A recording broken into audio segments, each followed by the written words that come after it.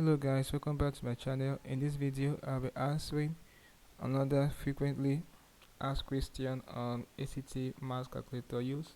So this question here goes like this. It says, can calculator tricks help me finish the ACT math section on time? Okay, this is a very good question. The answer to this question is yes.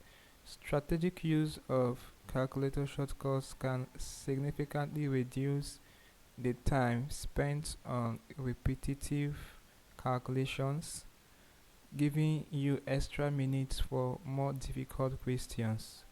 I hope you heard me correctly.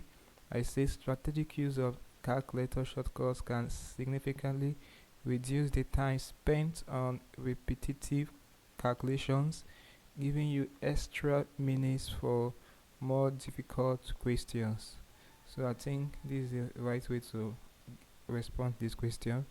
Okay, so in case you don't know practically how to use a calculator for ACT math problems, this 2-hour-long video 10 at you is my recommendation for you. Just take your time to watch it.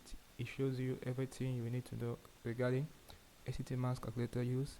Okay, so hope I answered this question well for you. I will see you in my next video.